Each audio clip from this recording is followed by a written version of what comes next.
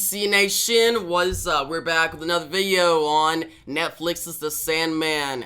And today I'm checking out episode 6 titled The Sound of Her Wings. Now, I'm pretty sure in this episode we're going to see Death, Dream's older sister, and yeah, we've been waiting on this, guys. I've been waiting for Death to show up, and the issue where Death shows up is one of the best issues of the entire Neil Gaiman Sandman saga, up there with The Hope in Hell, in my opinion. And what's even better is we got Desire getting involved. Like, the last episode ended with Desire making her debut. Desire made its debut. And I thought it was Lucifer, but it's actually Desire. Desire's showing up way earlier than I expected. Same for, like, Corinthian. Corinthian makes his debut on issue number 10. Desire shows up on issue number 11 or something. Where right now in the show, we're still technically in volume 1. So a couple of characters in this saga are showing up earlier, and I'm fine with it. It actually makes the story more coherent and interesting. It really seems like Neil Gaiman, he helped out with this project, this show, and he was like, you know what, I like my original version, my 75-issue Sandman saga, but since it's being made into a show now, how about I make it better, make it more coherent, make it more interesting? Like, I love the original Sandman comics, but so far this show, I think it's better, like a little bit better. It's that good. But guys, as always, before we get to this new episode, I need to clarify something real quickly. This video is on YouTube, so you guys only get like 2 or 3 minutes of reaction, then review at the end. But if you want to see my full episode reaction, click the link down below in the description or the pinned comments, and it'll send you to my website, dcenthusiast.com, and there you can watch my full episode reaction. But yeah, guys, without the way, your latest reaction to Netflix's The Sandman starts now. Heads up! Sorry, man. Yeah. Nice catch, sketch. Yeah. Thank you. He was like, whoa.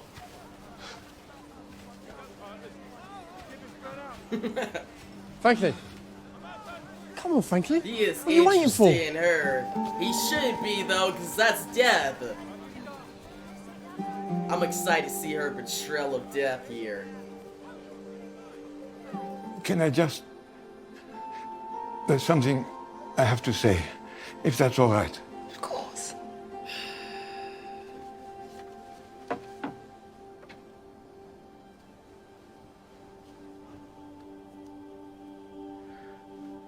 Shema Yisrael, Adonai Eloheinu, Adonai Echad. Hear, O Israel, the Lord is our God, the Lord is one.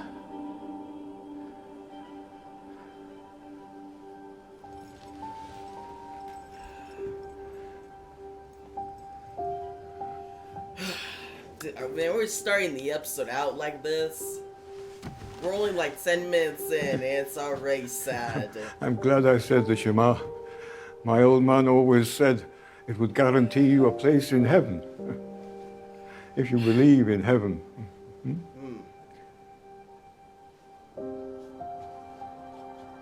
I look so old. So empty. Wow, so content. Hello. Hello, baby girl. Oh Are you no. hungry? Oh no, dude. Better get you a bottle then. I remember this from the comic. They're actually doing this. The baby. The baby. Oh my gosh. Yeah.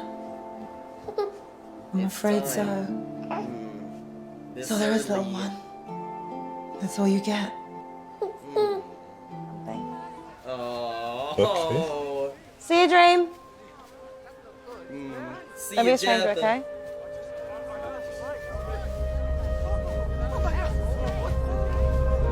He doesn't know that he died. This. Is that meant to be me? I look terrible. You look worse. Yeah. You return to this You pub probably every didn't 100 even remember. years. Like, imagine living that Striking long, you bargains wouldn't with remember men, certain parts of sharing your life. gifts, immortality, which you will now share with me. She wants immortality, but Dream's like, Well. nah, I don't think so. Have you nothing to say? I am no devil. And I'm not Jewish. Fine. What manner of creatures are you then? Who wants to know? I'm Lady Joanna Constantine. You will both follow me, sir, as my coach is Wait, without. what? I can see there is so much you can tell me. Wait, that's Joanna. So much I can learn. Holy dub. Oh, hold on. No, Alright, pause there.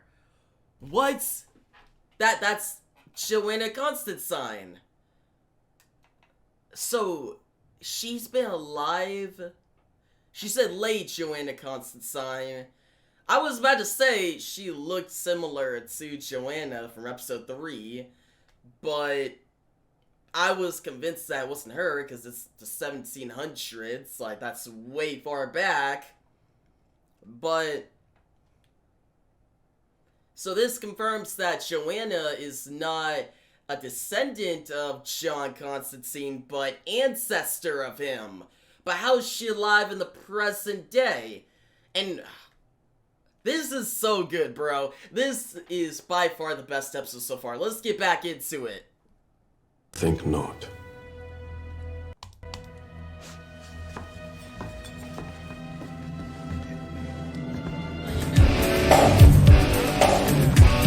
That's just bloody protest.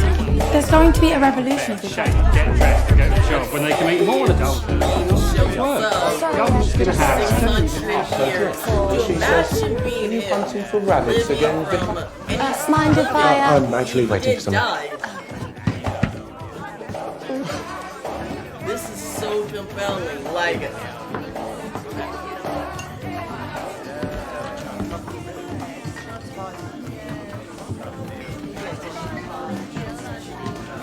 he's not going to show up, is he?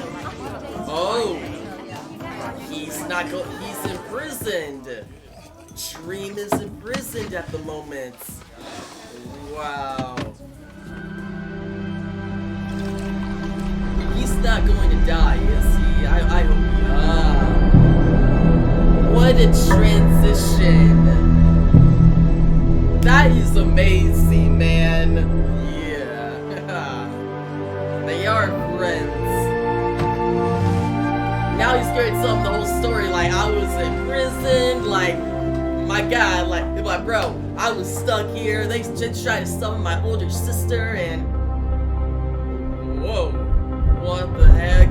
But yeah, guys, getting into the review portion of this video, I'm just gonna straight out and say, this is my favorite episode of the series thus far. It might be my favorite episode of television, like, of any TV show I've ever watched.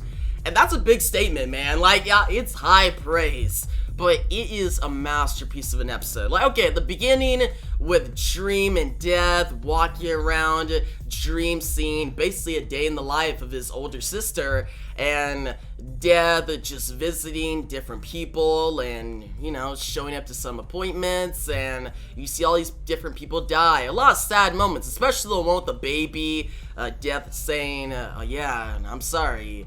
Like, it has to happen so soon. And you have the one guy, Franklin, who was hitting on Deb, and he's like, hey, can I see you soon? And she's like, yeah, Franklin, you'll see me very soon. And when she walks away, he's like, wait, how does she know my name? And then later, he gets hit by a car, and he sees his dead body. And that's it for Deb. Deb says goodbye to her sibling, Dream, and that's like the first, I would say, half of the episode. Yeah, the first half of the episode. And I thought that was handled very well. Like, the translation from the comic to the live action, this adaptation was amazing. And just the idea of Death visiting you before you die, and how Death talking about it. Like, she was talking about having a kind face and just being there, everyone's together, and just these people seeing their dead bodies before them. It's super compelling and fascinating. So at that point, I was like, yeah, this is one of the best episodes. Like, it's a masterpiece so far. But then the episode exceeded my expectations. We went back to the 1300s, the 14th century. Dream and Death, they visit the waking world, and Dream encounters this man named Hob Gadling. I think I'm pronouncing that right. But Hob is talking about how he doesn't want to die, he has so much to live for. And Dream decides to offer him that. Basically, immortality. And we see Dream meet with this guy every 100 years. And Hob changes his name to like Robert, Bob, and we just see history unfold, and them become friends. And we also see Joanna Constantine make an appearance, which that was a twist. That was awesome. That whole sequence was really good. And by the end, we see Dream and I'm gonna say Robert. They have a short falling out. And in the 1900s, 1989, we see Robert show up and we hear 80s music, just the tone and the setting of each 100 years, like the 1900s, 1800s, 1700s, 1600s, 1500s, 1400s, and the first one, the 1300s. It was all handled very well, and we see Robert like, I guess maybe we're not friends, what's going on? And we know as the audience that Dream is imprisoned, and the transition from the glass to Dream being imprisoned was so well directed. And then it all came full circle where Dream actually met with him again in present day, and they are officially friends. Like, the development of their friendship and just this dynamic is so well written, and I know that Neil Gaiman is proud. Like, this is some of the best writing I've seen any story ever. And then we saw Desire at the end, some great visuals, and some good setup for the coming episodes. But yeah, guys, overall, this is my favorite episode of the series thus far. Might be my favorite episode in all television. I had to look at some other episodes to decide if it is my favorite, but definitely it's one of the best episodes in all of television. Like, period. It is so good, and you already know it's a 10 out of 10, but I'm just gonna give it even higher. Like, it deserves even more praise. I never do this, but why the heck not? How about I'm gonna give this episode 11 out of 10. Like, it deserves it. Like, it's better than a masterpiece. It is so good. I just can't praise this episode enough. Like, every person should watch this episode. Like, there's no gore, there's no nothing. Like, anybody can watch this episode. It has fascinating ideas, good storytelling, some deep moments, good visuals, amazing acting, good writing.